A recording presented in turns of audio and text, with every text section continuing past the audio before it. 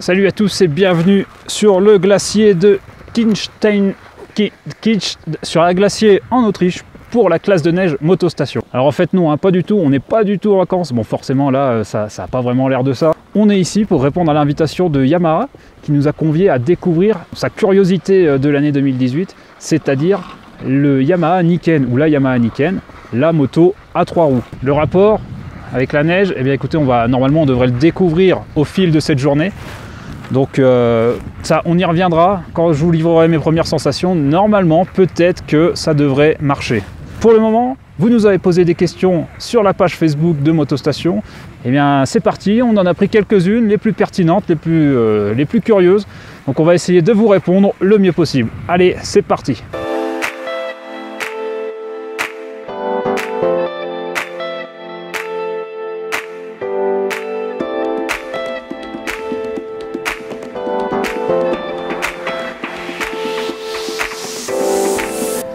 Ça y est, la parenthèse ski est terminée. Alors, on va répondre à la première question, tout simplement. Le Yamaha Niken, c'est quoi?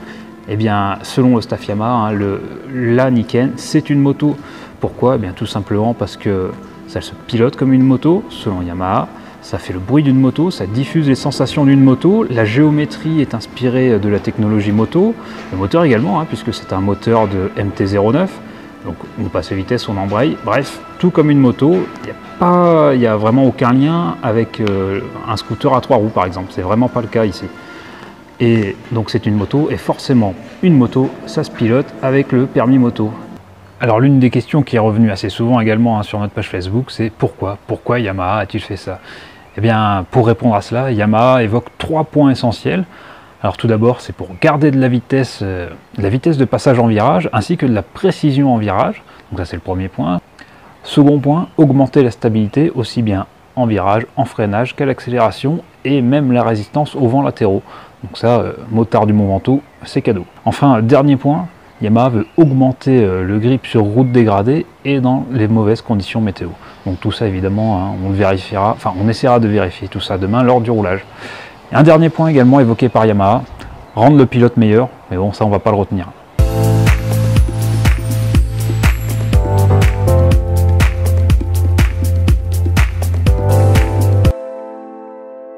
Alors on vous parle un peu du moteur, vous nous avez posé la question, pourquoi le CP3? Eh bien tout simplement, Yamaha nous répond pour l'homogénéité et le caractère que procure le 3 cylindres de 900 cm3. Il a été légèrement modifié tout de même, notamment au niveau du vilebrequin, avec une inertie augmentée de 18% pour augmenter un peu la sensation de couple et de force en bas.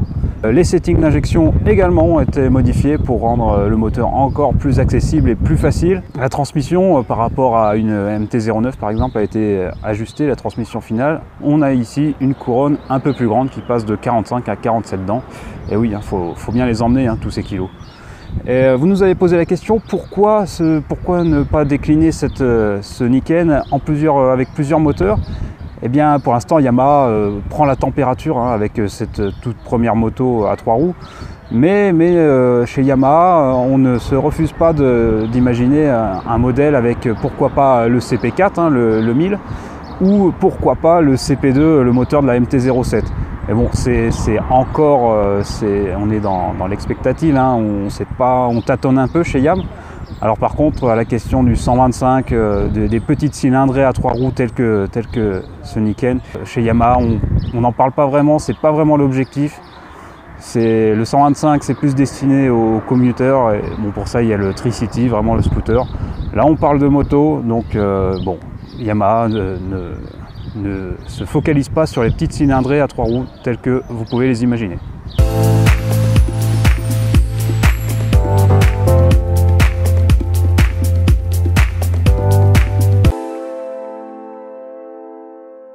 Alors on vous parle des roues avant, ce sont 2 roues avant de 15 pouces qui sont vraiment spécifiques au Yamaha Niken. Pourquoi 15 pouces? Parce que 17 c'est trop lourd, trop d'inertie, et en dessous de 15 pouces c'était trop petit, ça manquait de stabilité. Donc avec ces 15 pouces, Yamaha semble avoir trouvé la bonne solution. Alors également ce sont des pneus spécifiques, des pneus en 15 pouces, ça ne se trouve pas à tous les coins de rue. Donc Bridgestone a développé les pneus pour Yamaha, et maintenant reste à savoir si on pourra trouver facilement ces pneus avant. Est-ce qu'avec 2 roues à l'avant, on peut prendre 2 fois plus d'angle? Non, Eh bien non, puisque avec la Niken, c'est globalement le même angle qu'une moto. Yamaha a fixé une limite un peu mécanique, hein, dira-t-on, à 45 degrés. Donc voilà, et lorsqu'on va attaquer un peu fort dans les virages, normalement la roue avant extérieure ne devrait pas se lever. Donc ça c'est la théorie, hein. Jusqu'ici personne n'a encore essayé. Bon, on va voir, peut-être qu'il y a des confrères qui sont un peu chauds aujourd'hui. Concernant le freinage de cette Yamaha Niken, 2 roues avant, 2 freins avant, comme sur une moto normale, hein, mais en fait il y a un disque par roue ici. Est-ce que ça va freiner plus court? Eh bien on doit dire que le freinage du Niken, il n'est pas transcendant au premier abord, parce qu'il faut pas y aller, il faut pas être mollasson sur le levier de frein. Et bon, une fois qu'on l'a attrapé, une fois qu'on serre bien, bon là ça commence vraiment à s'arrêter, à freiner fort. Mais au final, c'est pas beaucoup plus impressionnant qu'une moto avec un très bon freinage.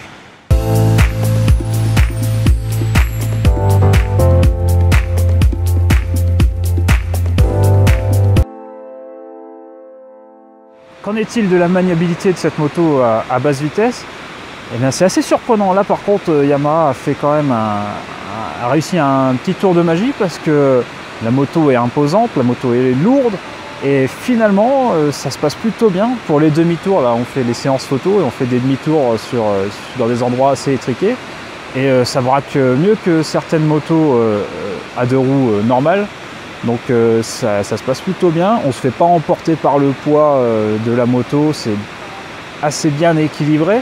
Donc là, ça c'est un bon point. C'est un bon point. Par contre, pour les manœuvres à l'arrêt, la moto n'est pas très haute.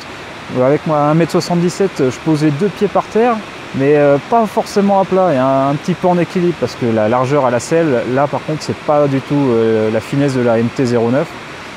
On a vraiment une selle très large, un entrejambe qui est très large. Alors c'est bien, c'est confortable, mais forcément pour poser les pieds à plat au sol, c'est plus compliqué.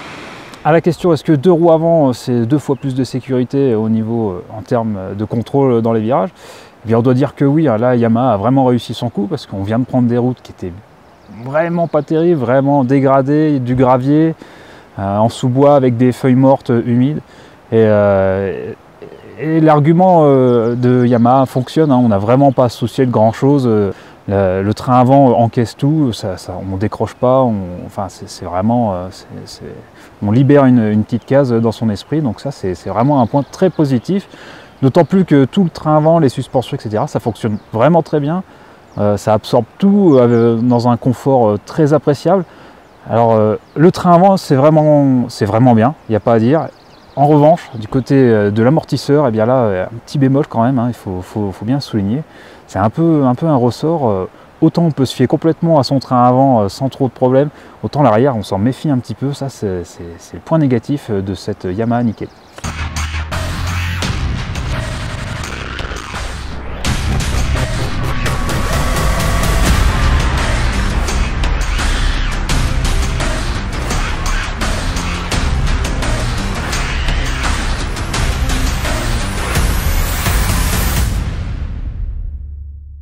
Alors cette Yamaha Niken, est-ce qu'elle est vive? Est-ce que c'est une moto agile? Eh bien forcément, hein, de prime abord comme ça, on va se dire qu'on va monter sur un gros truc qui n'est pas forcément très maniable. Eh bien Yamaha a bien réussi son coup, puisque forcément on n'a pas la vivacité d'une MT-09 hein, qui excelle dans ce domaine. Mais cette Niken, eh ben, elle va s'emmener plutôt facilement. Il n'y a pas forcément de mode d'emploi particulier pour enchaîner les virages, donc ça c'est un point positif, et ça va plutôt bien se mettre sur l'angle sans trop de problèmes. Bon, c'est vrai que quand on est habitué à 2 roues, forcément on va ressentir un léger, on sent qu'il y a quelque chose, on sent qu'il y a une petite différence, mais ça ne va pas réclamer une prise en main, un temps d'adaptation énorme. Donc ça c'est pas mal. Et finalement cette Yamaha Niken, elle n'est pas moins maniable que pourrait l'être une grosse GT. Alors l'une des questions vraiment on ne sait pas, ça doit être indispensable pour vous sans doute, c'est est-ce que la Yamaha Niken peut faire des wheelings? Eh bien oui, écoutez, il n'y a pas trop de contre-indications pour faire des wheelings. Hein. Nos confrères d'un magazine très connu pour ses frasques sur la roue arrière y est arrivé hein, sans problème. Bon, c'est pas une moto facile à lever, hein. Là, on parle pas de la MT-09 qui lève à tout bout de champ, mais ça fait des wheelings, il n'y a pas de problème. Donc si c'est ça que vous attendiez pour l'acheter, vous pouvez y aller. Est-ce que le CP3 est suffisant pour emmener les 263 kg tout plein fait de la Yamaha Niken? Oui, le moteur est suffisant. Il a même été renforcé donc au niveau des barrages, mais ça se sent, hein, il a de la force, il a encore un peu plus de force en bas, ce 3 cylindres. C'est agréable à prendre en main. On retrouve, bon, c'est difficile de retrouver le peps et le fun qu'on peut avoir sur les autres modèles de la gamme, hein, avec ce CP3. Mais malgré tout, il fait son boulot convenablement, il l'emmène plutôt bien, ce 3 roues, donc c'est assez positif. Et d'un autre côté, on va retrouver les quelques petites lacunes du CP3, c'est-à-dire que l'accélérateur ride-by-wire est un peu brutal quand même, notamment en mode de conduite 1, le plus agressif. C'est pas le plus smooth qu'on ait connu, il y a quelques à-coups à l'accélération. Dans les modes 2 et 3, c'est un peu atténué, mais c'est pas encore parfait. Donc voilà, on n'est pas forcément dépaysé. C'est un peu plus, forcément il y a plus de poids, ça demande un peu plus, ça le fait un peu plus travailler le CP3, mais au final ça marche plutôt pas mal et ça reste quand même, il y a ce petit côté fun qui persiste. Alors vous pouvez voir, hein, forcément la Yamaha Niken c'est une moto qui est plutôt volumineuse et du coup on est pas mal à l'abri derrière cette moto, hein. On est bien protégé au niveau des jambes, au niveau du bas-ventre, de la selle, etc. On est plutôt bien. Mais quitte à faire une grosse moto, eh bien, ça aurait été quand même pas mal d'avoir une vraie bulle, quoi, une grosse bulle. Bon, les plus mauvaises langues diront que ça n'aurait pas changé grand chose à l'esthétique de la moto, mais bon, ça c'est chacun ses goûts. Enfin bon, c'est juste un peu dommage au niveau du confort de pilotage sur les longs trajets.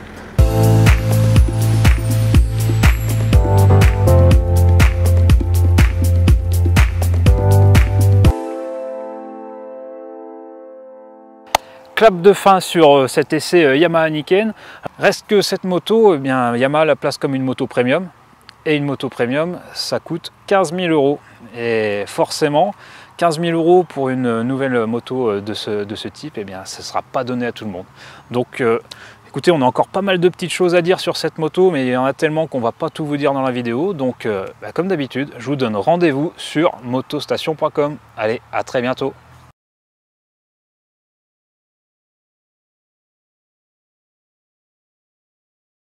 On a posé la question la plus originale qu'on a trouvée sur notre compte Facebook à Yamaha. Est-ce que Yamaha a prévu une série Yamaha Niken Mach 3? Eh bien ça les a bien fait rire, ça, il n'y a pas de problème, hein, ils ont apprécié et ils remercient même d'avoir posé cette question. Alors la réponse est non, c'est pas prévu pour l'instant, mais merci pour l'idée, c'était sympa. Allez, ciao!